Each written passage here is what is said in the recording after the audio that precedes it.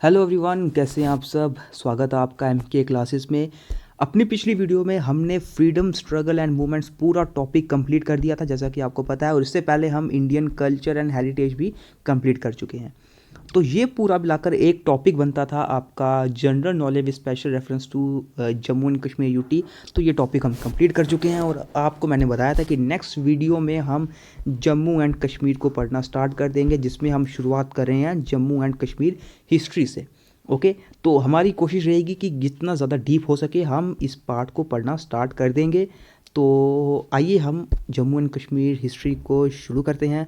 तो शुरू करने से पहले अगर दोस्तों को इस चैनल पे न्यू है, इस चैनल को सब्सक्राइब कर दीजिए। आपको हमारे चैनल पर काफ़ी ज़्यादा वीडियोस मिलेगी आपके एग्ज़ाम के related. And Jammu and Kashmir history से हम शुरुआत कर रहे हैं, हिस्ट्री ऑफ कश्मीर से। ओके, पहले हम हिस्ट्री ऑफ कश्मीर पढ़ेंगे, फिर हिस्ट्री ऑफ जम्मू, और फिर जो इन दोनों की कंबाइंड हिस्ट्री है उनको भी हम थोड़ा डिस्कस करेंगे। हिस्ट्री ऑफ कश्मीर देखिए दोस्तों, सबसे पहले बात आती है कि हमारे पास सोर्सेज कहाँ कहाँ के, कौन कौन से सोर्सेज है हमारे पास जो हमें कश्मीर की हिस्ट्री के बारे में बताते हैं। ठीक है, ऐसे तो बहुत से सोर्सेज हैं, लेकिन जो दो आपको सबसे मेन सोर्सेज के बारे में बताता हूँ। एक तो जो सबसे ज़्यादा पुराना, सबसे अर्लीस्ट सोर्स जो माना जाता है वो है नीलमत पुराण। ओके, और दूसरा जो एक इम्पॉर्टेंट सोर्स माना जाता है, सबसे इम्पॉर्टेंट सोर्स माना जाता है कश्मीर की हिस्ट्री के लिए, वो है राजतरंगिनी। ओके, तो इन दोनों को थोड़ा डीप पढ़ना हमारे लिए इम्पॉर्टेंट है और इसके बाद हम हिस्ट्री स्टार्ट कर देंगे। तो सबसे पहले सोर्सेज में हम पढ़ेंगे नीलमत पुराण के बारे में। देखिए नीलमत पुराण क्या है। Nilamata Purana is the earliest known text of Kashmir. Kashmir का सबसे पुराना जो अर्लीस्ट नोन टेक्स्ट है कश्मीर का, जो राजतरंगिनी एरा के भी पहले का पार्ट बताता है। तो नीलमत पुराण, ये लाइन आपको याद होनी चाहिए, Nilamata Purana is the earliest known text of Kashmir. अब इस बुक पे जो ये बुक है नीलमत पुराण, इसके द्वारा बताया क्या गया है कि कश्मीर पहले नागाज, मतलब नागाज रहते थे कहाँ पर, कश्मीर में। Nagas were the original inhabitants of the Kashmir and the valley originally was a huge lake Satisar. और पहले क्या था, ये वैली एक बहुत ही बड़ी एक लेक थी जिसको सतीसर के नाम से बोला जाता था। और वहाँ पर एक राक्षस रहता था जिसका नाम था जालोत बोवा। ठीक है, जालोत बोवा क्या करता था, ये वहाँ के लोगों को काफ़ी टॉर्चर करता था। तो उसके जो टॉर्चर करता था उनको काफ़ी ज़्यादा पीड़ा वगैरह दिया करता था, कष्ट दिया करता था। तो अपने जितने भी कष्ट इनको मिलता था लोगों को, लोगों ने इससे जालोत बाबा से परेशान होकर वहाँ पर एक संत थे, एक सेंट नेम कश्यप ऋषि, इनके पास गए। तो इनको अपनी पूरी सफरिंग सुनाई इन्होंने, और इन्होंने वहाँ के लोगों को रेस्क्यू करने के लिए जो है जालोत बाबा का अंत किया था। ठीक है, तो इसके बाद क्या हुआ, इसके बाद जैसा कि आपको पता है कि वो एक पूरी ह्यूज लेक थी सतीसर। ठीक है, सतीसर लेक थी। तो ऋषि ने क्या किया था, उन ऋषि ने क्या किया था, जो वारामूला वाली साइड जो माउंटेन्स थे वहाँ पर उन्होंने पूरा कट कर दिया, उन पहाड़ी को उन्होंने कट कर दिया, जिससे जो पूरा पानी था, जो ब्लॉक पानी था, जितना भी ये लेक में ब्लॉक पानी था वो सारा का सारा निकल गया और पूरी लेक खाली होगी। Lake was drained. ठीक है, तो अब इनकी काफ़ी ज़्यादा वाहवाही होने लगी क्योंकि काफ़ी इनको माना जाने लगा कश्यप ऋषि को। तो इन्होंने अपनी वैली का नाम, अपनी वैली का नाम ही इनके नाम से रख लिया, कश्यप मार एंड कश्यपपुरा भी इनको बोलते थे। तो कश्मीर का मतलब ही यही है दोस्तों। Kashmir, the word Kashmir implies the desiccated land, the desiccated land from water, जहाँ पर का मतलब होता है वाटर और शमीरा का मतलब होता है टू डेसिकेट। ओके, यहाँ तक किसी को कोई कन्फ्यूज़न नहीं होनी चाहिए।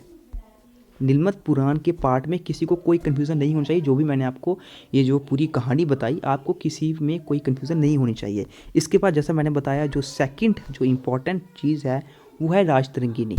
ओके, राजतरंगिनी सबको पता है, काफ़ी लोगों ने ये पढ़ा हुआ होगा कि राजतरंगिनी किनके द्वारा लिखी गई है। कल्हाना पंडित जी के द्वारा ये लिखी गई है, जिनको कश्मीर का पहला हिस्टोरियन माना जाता था। इनको कश्मीर का पहला हिस्टोरियन ही माना जाता है।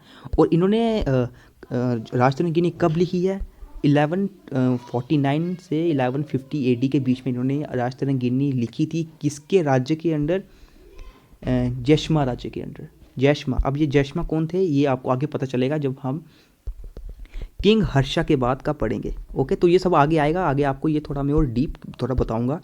तो आपको बस अभी के लिए याद रखना है कि ये किन के अंडर थे, मतलब किसका शासन था कश्मीर पर, तब इन्होंने राजतरंगिणी लिखी थी। तो शासन था जयशमा का। इसके बाद अगर मैं राजतरंगिणी की बात करूं तो राजतरंगिणी का मतलब क्या था? राजतरंगिणी का मतलब है रिवर्स ऑफ किंग, जो ओरिजिनली तो संस्कृत में लिखी हुई थी। ओरिजिनली ये संस्कृत में लिखी हुई थी, लेकिन इसको इंग्लिश में भी ट्रांसलेट किया गया और साथ ही साथ इसको पर्शिया में भी ट्रांसलेट किया गया था। इंग्लिश में ट्रांसलेट किया गया था इसको एएसटीएन के द्वारा, और पर्शियन लैंग्वेज में इसको ट्रांसलेट किया गया था मुल्ला अहमद के द्वारा। और ये किसके शासन में तब इसको पर्शियन में ट्रांसलेट किया गया था? During the rain of sultan Zainul Abidin. तो काफ़ी लोग इसमें कंफ्यूज हो जाते हैं कि ज़ैनुल अबिदीन ने इसको ट्रांसलेट किया था। ट्रांसलेट ज़ैनुल अबिदीन ने नहीं किया था, इनके शासन के दौरान ये ट्रांसलेट हुई थी, लेकिन ट्रांसलेट किसने करा था? पर्शिया लैंग्वेज में इसको वो किया था मुल्ला अहमद ने। ओके, और बाकी भी जैसे मैंने बताया कि काफ़ी सोर्सेज हैं हमारे पास कश्मीर की हिस्ट्री के लिए। बाकी सोर्सेज के भी मैंने लिखे हैं, जैसे कि तवारीख ए कश्मीर, वाक़िअत ए कश्मीर, ज़फ़रनामा। अगर नाम कुछ गलत प्रोनाउंस हुए हों तो माफ़ कर देना। बाकी इसी की तरह और भी कई सोर्सेज हैं जो कश्मीर की हिस्ट्री के बारे में बताते हैं, लेकिन जो दो सबसे इंपॉर्टेंट थे मैंने उसके बारे में आपको बता दिया। अब बात आती है, आप सभी ने ह्यून त्सांग का नाम सुना हुआ होगा, ठीक है? ह्यून त्सांग का नाम आप सभी ने सुना हुआ होगा।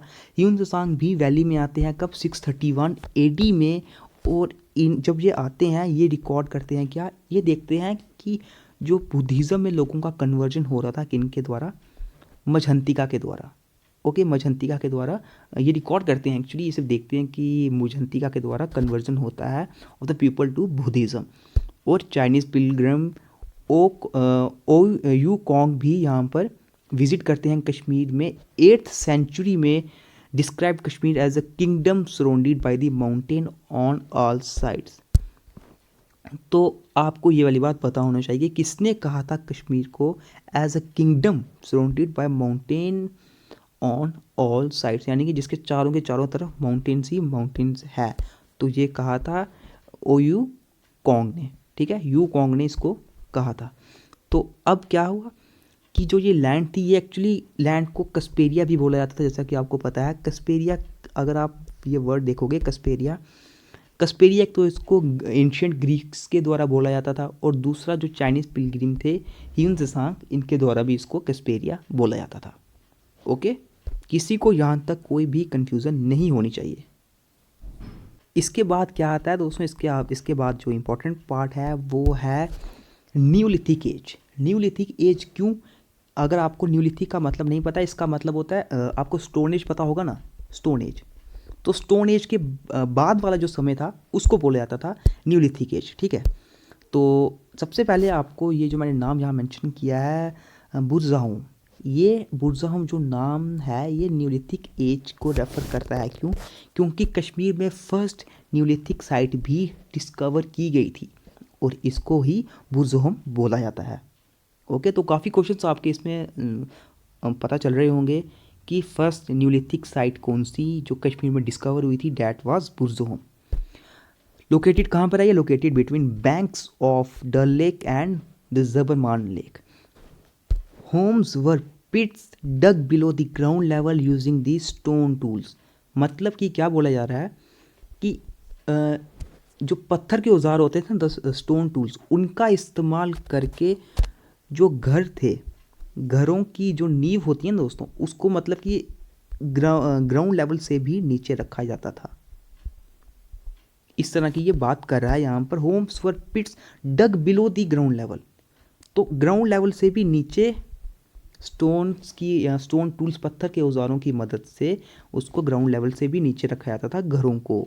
तो आप देख सकते हैं कि ये जो न्यूलिथिक एज था इनका, स्टोन एज के बाद वाला, तो कितना ज़्यादा डेवलप था ये। Scientist have identified seeds of wild and cultivated type of wheat, barley and neolithic levels of Burzahom. यानी कि इसी के साथ साथ टाइम साइंटिस्ट को वहाँ पर कल्टीवेशन या एग्रीकल्चर के रिलेटेड भी बहुत कुछ देखने को मिला था, जिसमें cultivated type of wheat, barley at neolithic levels of Burzahom भी देखने को इनको मिला था। व्हीट और बार्ले कहाँ पर? न्यूलिथिक लेवल्स ऑफ बुरज़ाहोम में। तो एक बात तो कि आपको यहाँ तक किसी को कोई कन्फ्यूज़न नहीं आई होगी। यहाँ तक दोस्तों जो भी हमारा पार्ट था ये मैंने आपको सोर्सेज के बारे में एक डिस्कस करा, ठीक है। दूसरा जो भी इम्पोर्टेंट पॉइंट्स थे कि वहाँ पर क्या क्या होता था, या फिर कोई न्यूलिथिक्स एज के बारे में किस किस ने आके कश्मीर में क्या कहा, हमारे जो मेन सोर्सेज थे इनके बारे में बताया। तो ये बिल्कुल छोटा सा पार्ट था, किसी को कोई कन्फ्यूज़न नहीं होनी चाहिए इस भी पार्ट पे। अब हमारा स्टार्ट होता है the ancient history of Kashmir. यहाँ से हमारा मेन पार्ट स्टार्ट होगा। सबसे पहले महाभारत पीरियड। अब पूरी कहानी चलेगी एक टाइप की, तो आपको ये कहानी सुनने का मज़ा भी आएगा और ये कहानी है भी बहुत अच्छी, ठीक है। तो देखिए हमारी हिस्ट्री कैसे चलती है, कश्मीर की हिस्ट्री कैसे चलती है। देखिए अकॉर्डिंग टू महाभारत एविडेंसेस में क्या है, the Kamboja had ruled over the reign and had republican system of government. Rajpura was their capital city, now Rajouri, and after their reign the पंचालस के, यानी कि बात करते हैं कि महाभारत में जो एविडेंसेस मिलते हैं वहाँ पर पता चलता है कि काम्बोज उन्होंने उनका कश्मीर पर शासन था, उन्होंने उसको शासन किया था। उस वक्त उनकी कैपिटल सिटी क्या थी, राजपुरा, यानी कि जो आज के टाइम पर जिसको रजौरी बोला जाता है। और उसके बाद काम्बोज के बाद पंचालस यहाँ पर आ गए, और जो नेम है पीर पंजाल, ये भी कम्प्लीटली डिस्टॉर्टेड फॉर्म है किसकी, सांस्कृतिक ट्राइबल टर्म पंचाला, इसी की ही एक डिस्टॉर्टेड फॉर्म है ये पीर पंजाल, ठीक है। तो सेकंड पॉइंट में क्या लिखा गया है कि राजतरंगिनी की अगर हम बात करें, राजतरंगिनी में क्या बात करते हैं कल्हाना की, वो बात करते हैं history of Kashmir started Mahabharata से जस्ट पहले कश्मीर की हिस्ट्री स्टार्ट होती है, जिसमें गोनंदा वन जो है उनको सबसे पहले वो first king of Kashmir mention करते हैं। अब बैटल में गोनंदा वन मारे जाते हैं with his sons, after that Gonanda two ruled, ठीक है। गोनंदा वन जो है वो बैटल में मारे जाते हैं उनके सन्स के अलॉन्ग ही। उसके बाद गोनंदा टू जो है वो रूल करते हैं। उसके बाद कल्हाना जो है वो कहते हैं कि 35 और किंग्स आए थे जिन्होंने वैली पर राज किया था, जिन्होंने कश्मीर वैली पर राज किया था, लेकिन इन सभी का इतना डिटेल नहीं था उनके बारे में। तो इसका ब्रीफ रिकॉर्ड जो था, इन किंग्स का ब्रीफ रिकॉर्ड ये किसके द्वारा दिया जाता है, एक मॉडर्न स्कॉलर होते हैं पीरज़ादा हसन, जो क्या किया करते थे, एक कंपोज़र टाइप के थे जो कंपोज किया करते थे ज़ैनुल अब्दीन के शासन में। और एक जो आपको मैंने बताया था ना कि ज़ैनुल अब्दीन के शासन में राजतरंगिनी जो संस्कृत में लिखी गई थी उसको पर्शियन लैंग्वेज में कन्वर्ट किया गया था मुल्ला अहमद के द्वारा। तो ये इनके एक मतलब जो भी वर्क किया करते थे ज़ैनुल अब्दीन, उनको ट्रांसलेट, उसी वर्क को अलग लैंग्वेज में ट्रांसलेट करने का काम इनका होता था, मुल्ला अहमद जी का, ठीक है। तो the author of his work Mulla Ahmad had been able to obtain the names of these kings from an earliest Sanskrit work Ratnakar. तो मुल्ला अहमद को इन सभी किंग्स का नाम पता चलता है किससे, एक अर्लियर संस्कृत वर्क होता है, यानी कि अर्लियर कोई संस्कृत बुक या फिर कुछ भी होगा, उस जो वो वर्क था, क्या नाम था उसका, रत्नाकर, ठीक है। रत्नाकर से उनको इन सभी 35 किंग्स का नाम पता चलता है। तो ये था महाभारत पीरियड, जिसमें आपको जो मेन पॉइंट्स याद रखने हैं वो सब मैंने हाईलाइट किए हुए हैं। महाभारत पीरियड के बाद आया मौर्यन एम्पायर। मौर्यन एम्पायर की अगर मैं बात करूँ, मौर्यन एम्पायर में किसकी बात की जाती है, द ग्रेट एम्परर अशोका की, ठीक है। ये जो रूल था मौर्यन एम्पायर, ये कब इस्टेब्लिश होता है, 3rd सेंचुरी BC में जम्मू कश्मीर में ये इस्टेब्लिश होता है। The great emperor Ashoka is recorded to have ruled Kashmir, he founded the old city of Srinagar as Pandrethan. तो इन्होंने जो ओल्ड सिटी ऑफ श्रीनगर को फाउंड किया था उसका नाम क्या रखा था, पांड्रेथन। इसको पुरांदिस्तान भी बोलते थे। और इसी के साथ साथ विजेश्वरी में इन्होंने एक शिव टेम्पल भी बनाया था। एक्चुअली था क्या कि ये ऐसे तो ये बुद्धिज़्म से बहुत ज़्यादा मतलब आकर्षित थे, तो अब लेकिन इनको जो वहाँ के लोकल लोग थे उनका भी दिल जीतना था। वहाँ के जो लोकल लोग थे जो शिव की पूजा किया करते थे उनका भी दिल जीतना था। तो उन्होंने क्या किया, विजेश्वरी में एक शिव टेम्पल इन्होंने बना दिया। तो इसी के साथ साथ मझहंतिका, जैसे कि मैंने पहले नाम मेंशन किया था, एक सेलिब्रेटेड बुद्धिस्ट मिशनरी, यानी कि काफ़ी माने जाने मिशनरी थे बुद्धिज़्म के रिलेटेड, बुद्धिज़्म धर्म के, who was deputed to Kashmir and Urvasa to preach the faith of Buddha. तो इनका मतलब क्या था कि बुद्धा को कश्मीर में इन्होंने प्रीच करवाना, इन्होंने बुद्धिज़्म को कश्मीर में फैलाना जो है इन्होंने स्टार्ट किया। तो इन दो स्ट्रेटजीज है। Hiuen Tsang mentions the arrival of 500 monks to Kashmir. तो ह्यून त्सांग ने भी 500 बुद्धिस्ट मॉन्क का कश्मीर में अराइवल की बात करता है ह्यून त्सांग। ठीक है, अब उस अशोका जी के बाद क्या होता है, अशोका के बाद आते हैं उनके सन जालूका। तो जब जालूका जो है वो थ्रोन संभाल रहे होते हैं, वो अपने राज्य में क्या करते हैं, जो भी मैलिचेस होते हैं यानी कि जो फॉरेन अनक्लीन ट्राइब्स होते हैं, ट्राइब्स वगैरह, तो उनको ये है, उन सभी को ये साफ़ करते हैं, यानी उन सभी को ये निकाल देते हैं। कईयों को ये क्या बोलूँ मैं कि कहीं को ये मार देते हैं और कईयों को ये मतलब साफ़ कर देते हैं अपनी पूरी कश्मीर को इन ट्राइब्स से, फॉरेन अनक्लीन ट्राइब्स से। ठीक है, he was succeeded by his son king Damodar two. तो अपने जो इनके जो सन होते हैं दामोदर टू, इनके बाद जलूका के बाद दामोदर टू आते हैं। और जहाँ पर आज श्रीनगर एयरपोर्ट है, वहाँ पर दामोदर करेवा क्या है, वो जगह जहाँ पर दामोदर टू जो है वो रहा करते थे, वो बड़ी जगह जहाँ पर दामोदर टू रहा करते थे, वहाँ पर आज श्रीनगर एयरपोर्ट है। उस जगह का नाम क्या था पहले, दामोदर कारेवा। ओके, किसी को इसमें कोई कन्फ्यूज़न नहीं होगी। इसके बाद जो नेक्स्ट आता है वो है कुशन एम्पायर। अभी तक हमने महाभारत और मॉडर्न एम्पायर पढ़ लिया, अब आता है कुशन एम्पायर।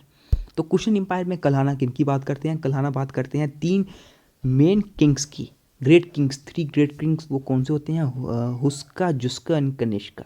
ठीक है, ये अपने अपने नाम पर एक एक राज्य बनाते हैं, हुस्कापुर, जुस्कापुर और कनिष्कापुर।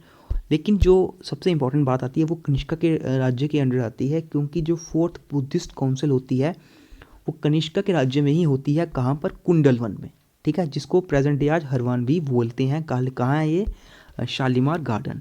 It was at this council Buddhism was divided into Mahayana and Hinayana. इसी काउंसिल में, जो 4th बुद्धिस्ट काउंसिल होती है, इसी में ही बुद्धिज्म के 2 सेक्शंस हो जाते हैं, मैं बोलता हूँ, महायाना और हिनायाना। और ह्यून त्सांग को इस काउंसिल की प्रोसीडिंग संभालने को दिया होता है। तो लगभग 500 बुद्धिस्ट मॉन्क्स की बात करूँ या फिर 500 बुद्धिस्ट स्कॉलर्स और हिंदू स्कॉलर्स भी इस कॉन्फ्रेंस को अटेंड करते हैं। अगर मैं कुछ बुद्धिस्ट स्कॉलर्स हैं उनका नाम लूँ तो उनके नाम मैंने यहाँ पर मेंशन किए हैं, अश्वघोष, नागार्जुना, वासुबंधु, सुंघमित्र और लास्ट में लिखा है जिनमित्र। ठीक है, ये सब 5 जो नाम हैं ये बुद्धिस्ट स्कॉलर्स के नाम हैं जो उस टाइम फेमस थे।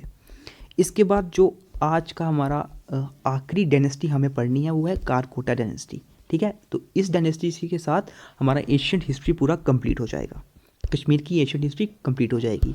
देखिए, कारकोटास को नागास भी बोला जाता था, कारकोटा को नागास भी बोला जाता है। और कारकोटा डायनेस्टी के फाउंडर कौन है, वो है दुलरवर्धन। ठीक है, दुलरवर्धन है कारकोटा डायनेस्टी के फाउंडर। अब इन्हीं के राज्य में दुलरवर्धन के टाइम पर ह्यून त्सांग जो है वो कश्मीर आते हैं और जो बारामूला वहाँ पर है, बारामूला जगह, वहाँ से ये एंटर होते हैं और वहाँ पर एक बहुत बड़ा एक स्टोन गेट देखते हैं ये। ठीक है, स्टोन गेट देखते हैं। तो दुलरवर्धन के टाइम पर जब ह्यून त्सांग आते हैं तो वहाँ पर बारामूला वाली साइड ये बहुत बड़ा स्टोन गेट देखते हैं। Stayed there for 2 years। और वहाँ पर क्या मतलब, ये कश्मीर में 2 सालों के लिए रहते हैं। वहाँ पर ये संस्कृत और हिंदू स्क्रिप्चर्स को पढ़ते हैं। Durlabhavardhana was succeeded by Pratapaditya who founded the town Pratapapura now known as Tapar. देखिए, दुलरवर्धन के बाद प्रतापादित्य आते हैं और वो अपने नाम पर एक टाउन बनाते हैं प्रतापपुरा, जिसको आज तपर के नाम से भी जाना जाता है। ठीक है, अब बात करते हैं जो सबसे ग्रेट किंग थे कश्मीर के टाइम पर, कारकोटा डायनेस्टी के टाइम पर कश्मीर के, वो थे ललित आदित्य मुक्तापीड़ा। ठीक है, Lalit Aditya Muktapida, the great ruler of Karkota dynasty who ruled for about 36 years। देखिए, ये इतने इंपॉर्टेंट क्यों है, अब मैं सब डिस्कस करूँगा आपसे। इनके बारे में पढ़ना बहुत ज़्यादा इंपॉर्टेंट है। He invaded and conquered many countries in Asia and India and was called Samudra Gupta of Kashmir. उन्होंने काफ़ी ज़्यादा कंट्रीज़ पर विजय हासिल करी थी, एशिया में, इंडिया में, काफ़ी ज़्यादा जगहों पर इन्होंने विजय हासिल करी थी। इसी के साथ साथ सिंध में इन्होंने अरब्स को भी हराया था। He broke the power of Arabs in Sindh में इन्होंने अरब्स को भी हराया था। और इनके कमांडर इन चीफ अगर आपसे पूछ लिया जाए कौन थे, वो थे चांद कुर्या।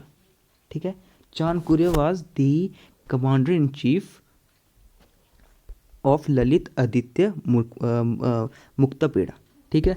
अब जैसा कि आपको पता है कि वो एक ग्रेट रूलर, ग्रेट वॉरियर थे ही साथ वो एक ग्रेट बिल्डर भी थे। वो क्या करते हैं, वो जो श्राइन होती हैं खीर भवानी, वहाँ पर अपनी कैपिटल बना देते हैं। ठीक है। खीर भवानी के जो श्राइन होती है खीर भवानी, उसके पास में अपनी कैपिटल बना देते हैं, जिसका नाम ये रखते हैं परिहासपुरा, जिसको आप बोल सकते हैं द सिटी ऑफ प्लेजर। ठीक है। द सिटी ऑफ प्लेजर भी बोल सकते हो आप उसको। He build the world famous the Martand sun temple. ये सबको पता होगा the Martand, the world famous Martand sun temple किसने बनाया था? ललित आदित्य जी ने बनाया था। और अगर पूछा जाए कि उनके कोर्ट पोइट कौन थे ललित आदित्य जी के, तो वो थे भावाभूति। ठीक है। अब इनकी डेथ के बाद क्या होता है, इनकी डेथ के बाद ऐसे तो जैसे ललित आदित्य जी की डेथ होती है उसके बाद इतने ज़्यादा ताकतवर राजा नहीं आते हैं, तो इसलिए इनका शासन थोड़ा कमज़ोर होना स्टार्ट हो जाता है। एक्सेप्ट जायातीता जो इनके ग्रैंडसन थे वो थोड़े से ठीक थे, जिन्होंने अपना शासन ठीक ढंग से चलाया, लेकिन मैक्सिमम उसके बाद रूलर्स जो हैं वो बहुत ही वीक आने लगे और धीरे धीरे इनकी डायनेस्टी ख़त्म हो चुकी थी। ठीक है। And the rest history is a sad story of decline, यानी कि धीरे धीरे इनकी डायनेस्टी ख़त्म हो जाती है। ओके। तो ये था दोस्तों आज की हिस्ट्री का पार्ट। मुझे उम्मीद है आपको आज का पार्ट समझ आया होगा। और अभी हमारा लगभग हिस्ट्री का, अगर मैं बोलूँ कि मैं हिस्ट्री में आपके 5 से 6 पार्ट्स में हिस्ट्री को कंप्लीट करने की कोशिश करूँगा। लगभग रखिए आप 5 पार्ट्स में मैं आपकी पूरी हिस्ट्री को कंप्लीट कर दूँगा। 5 पार्ट्स में आपकी history of Jammu and Kashmir complete हो जाएगी। उसमें हम सब कुछ डिस्कस कर लेंगे जो भी इंपॉर्टेंट टर्म्स रिलेटेड होगी एग्ज़ाम के। ठीक है। तो मुझे उम्मीद है आपको आज की वीडियो पसंद आई होगी। तो दोस्तों हम नेक्स्ट वीडियो में मिलेंगे नेक्स्ट पार्ट के साथ, हिस्ट्री ऑफ कश्मीर के नेक्स्ट पार्ट, क्योंकि अभी हमें उत्पाला डायनेस्टी, गुप्ता डायनेस्टी और लोहारा डायनेस्टी, उसके बाद जब मुस्लिम रूल आता है कश्मीर पर उसका सब कुछ पढ़ना है, बहुत है। मुस्लिम rule, Mughal rule, Afghan rule, उसके बाद अगर बात करूँ sick rule, the Dogra rule. ठीक है। तो ये सब हमें पढ़ना है। तो मिलते हैं फिर आपसे अब नेक्स्ट वीडियो में कश्मीर की हिस्ट्री के नेक्स्ट पार्ट के साथ।